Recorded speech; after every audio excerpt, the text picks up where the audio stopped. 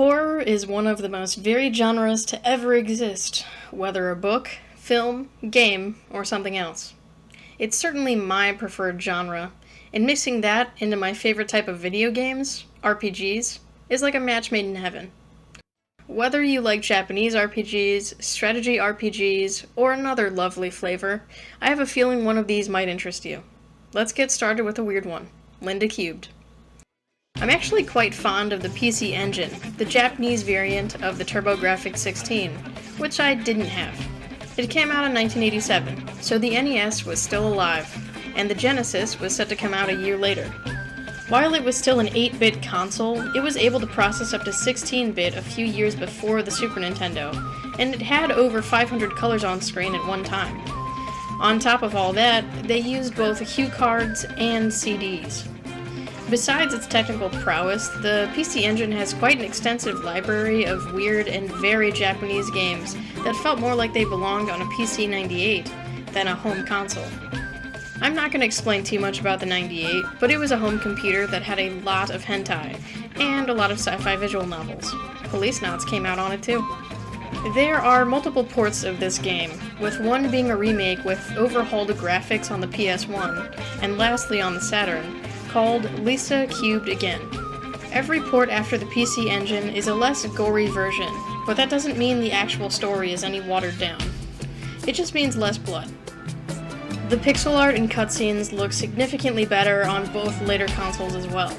Plus, there are totally new textures that look even more natural. See, the original game has never been officially localized, so recently, beautiful fan translators went and did the PS1 version of the game, so that's what the footage you're going to see is. If you're a weirdo like me, you can actually buy reproductions of it online. Otherwise, you can Google Translate your way through it all, but be aware that the OG copies are getting real expensive. Anyhow, Linda Cubed is a sci-fi monster collecting game with odd battles and an even wackier story. Its aesthetic charm is what catches my eye the most, but we'll talk about the story first. In a quick synopsis, the game is like an existential horror thriller, throwing in a Noah's Ark angle where Neo Kenya is dying, and in order to get life on another planet, we are tasked with gathering male and female species. Of course, because people are people, emotions and baggage suddenly have a deadline to get wrapped up before a death blow by a comet. And, apparently, the only hot lady anyone wants is Linda, your significant other. At the menu, you have 3 options to choose from: Merry Christmas, Happy Child, or Astro Ark. I encourage you to go in order, because they all require you to capture a higher and higher number of species by the end. On top of that, the stories, while changing bits and pieces of their order, build upon each other narratively.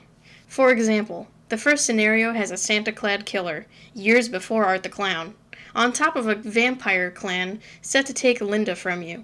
In the second scenario, things go similarly at the beginning, starting in the same area, meeting the same people, but there are new enemies, and certain people you met before are now different. There's also a spin on things, with the suggestion that Linda may be infected, and there may be a replicant situation going on, someone called Deckard. In the third scenario, you're already married to Linda, and it actually ends the story, whereas the other 2 finish on more of a cliffhanger. I know I'm not giving the most interesting summary, but I really encourage you to play this one yourself. It genuinely has a hard-hitting story that really makes you question not only how you'd act in a do-or-die situation, but how far you would go for others, maybe even a group you don't know. There's a pretty rare art book for the PS1 game that I first saw on a Happy Console Gamer episode, and ever since then, I've been obsessed with finding whatever screenshots I can. Tatsuyuki Tanaka was the main artist for the game, and if his art looks familiar, it's because he was a big player in the Akira movie.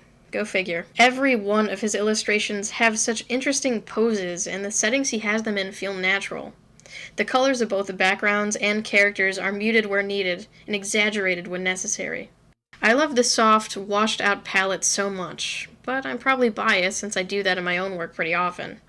I just feel like that subtlety isn't as common in sci-fi. It's usually way more bombastic to separate it from reality. There's also monster designs that are absolutely insane. They're so eerie and unapproachable, and I think that's what a lot of this game is about. Nature and humans seem to repel each other like oil and water. Do we really need to go on and kill another planet? These are the big money questions. Are any of you into FromSoft games? You know, the creators of Kingsfield, Armored Core, Elden Ring, and yada yada yada. All good stuff. But we're here to talk about the methodical dungeon crawler called Shadow Tower. This is a PS1 game that I've had sitting on my shelf for some time, and just recently popped it in. It was released in 1998, so the fact that it's a less open-world experience like the more loved Kingsfield 3 meant that Shadow Tower kind of flopped critically. And to be fair, even with pretty well-designed and good-looking models, the game Thief, a very satisfying and open-ended game, was out around the same time. Those two games aren't the same genre, but it just goes to show how things were developing, and how the standard was raising more and more every few months during the PS1 life cycle. This story is nothing incredible, kicking off with a guy named Russ Hardy, who has to regain his homeland from a dark and scary enemy. It's a story about how absolute power gets crushed absolutely. But like most of the later Souls games, you have to go looking for the story in logs and little bits of world building. This is yet another thing that was outdated, because 1998 was the year of Ocarina of Time. The world building and narrative was second to none in that game, so I guess it is hard to compare.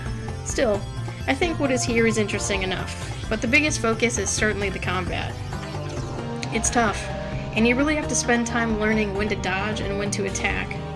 It's a little bit of a struggle to feel comfortable because of the odd button mapping, specifically because they don't use analog sticks, but it is something you'll get used to. Now, there aren't many save points, and there's also no map, which I actually find kind of fun, allowing me to bust out a pen and paper to make my own little path. But when you do get a save, you really have to be careful and plan out what you're buying and what you're taking with you. It's honestly easier if you do a quick run, die, and then go back in with an idea of what's in there. As for the art direction, it's a very moody game, with scary little things in the crevices and even creepier demons. The look of the locations varied enough that I did not feel like I was getting lost either, which is usually a big complaint in dungeon crawlers. How things are lit also made them look way more interesting too. I think my favorite art for the game is that gangly cover. It's simple, but it looks so ominous, really drawing me in. If you want to play this game, it's way more money than I remember it being, usually around like $250. When did that happen? Even for a loose disc, it's like $140 or more. I can't say it's worth that price, especially for a 14-hour game. So I would say if you still have a Vita or PS3, buy it in the classic section for $5 or whatever it is. I haven't had my PS3 out in almost a year, so I can't even tell you if that's for sure. Alright, so Eternal Poison is a PS2 strategy RPG that has very middling reviews pretty much anywhere you look. But I still think that if you can get a cheap copy, or, emulate it, because it does go for about $90, it's still worth trying out. It's like a gothic horror fairy tale, with beautifully striking character portraits and maps. This was localized by Atlas, and it very much feels like an early PS2 Atlas game, but it certainly is no Persona. The story is simple, but you can play 3 characters, Phage, Ashley, or Olafin. It starts as a pretty straightforward princess rescue mission, and then gets slightly more complex as you go on, but that's not the focus. This is yet another monster collecting game. Basically, you can get these monsters called Majin in-game by using the overkill meter. The game's gimmick hinges on the meter, so let's say your enemy has 100 HP and 10 overkill health points. You have to get exactly 100 to kill it, but 101 to 110 is how you get it bound to you. It gives the gameplay a little something, I think. Now, the maps look cool, but they're nothing too astounding or interesting like in Fire Emblem Three Houses, though there are permadeaths, so you have to be really careful as you go. The world of the game is called the Realm of Besic, and before each battle map, you go into a town and buy stuff, you save, you manage your monsters, the usual stuff. And make sure you save every single time, because there are some pretty gnarly difficulty spikes, and you don't get the chance to do free fights to level grind. This is a 40 or so hour game, and it doesn't do a ton to change the mechanics, so those hard spots are what are meant to keep you interested. I really feel as though the game has more to offer art-wise than anything else. Genuinely, it's a goth girl's daydream. A lot of the artists went on to work at Atlas with Sojima and the rest of the modern Persona gang. That makes sense to me, because out of all the games on the list, I would probably say this is my lowest recommendation, because it can feel repetitive, but you never know. One of you might really dig it. So let me know in the comments if you've played a similar Crimson Peak feeling SRPG. Besides Linda Cubed, this next game is an absolute gem.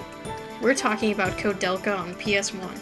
I could probably go on for hours about how striking this game is in its design, voice acting, and story.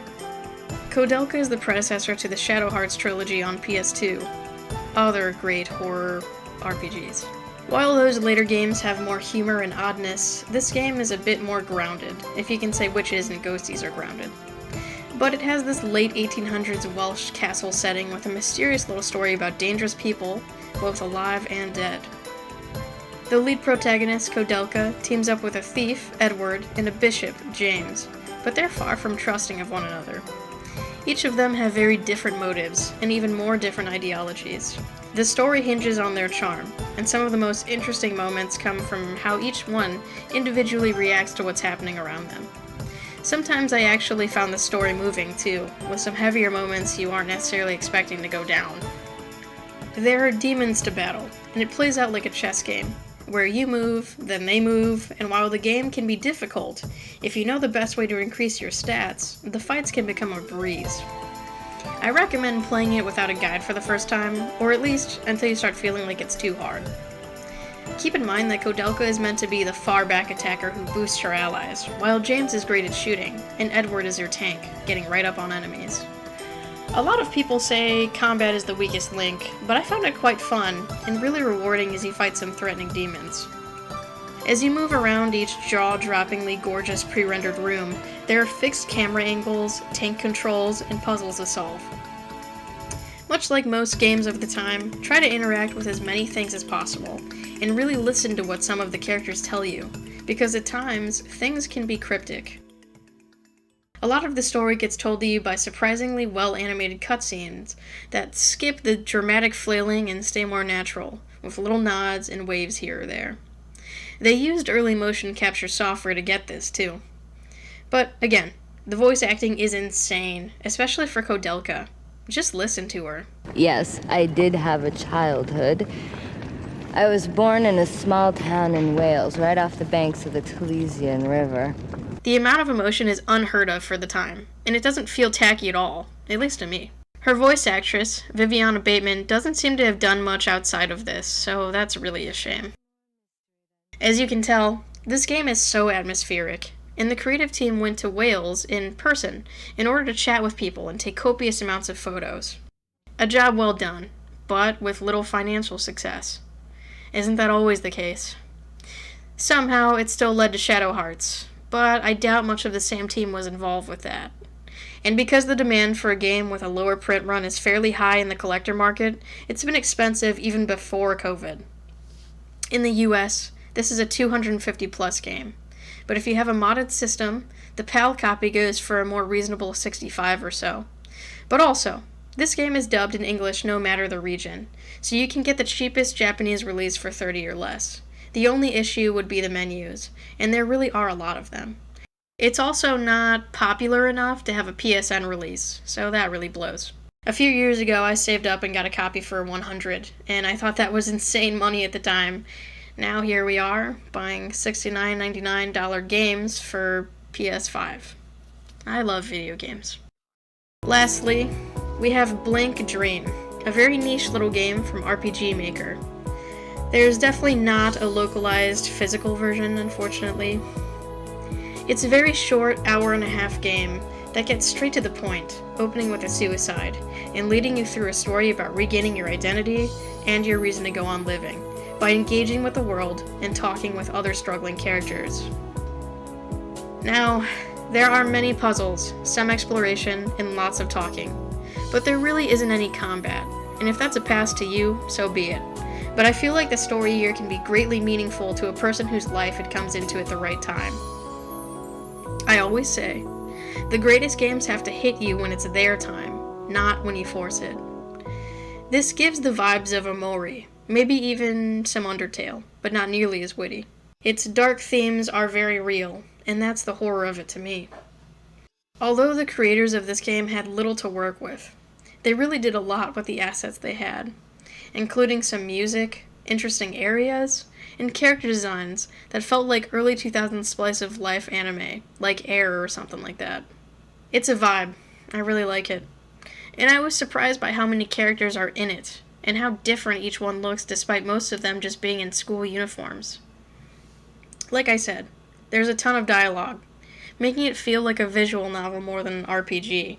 But by the end of the narrative, I got tingles in my eyes and chest, so that says something. And with that, this video is over, so thank you for watching, and leave a horror or slightly creepy RPG down in the comments for me. Thanks again.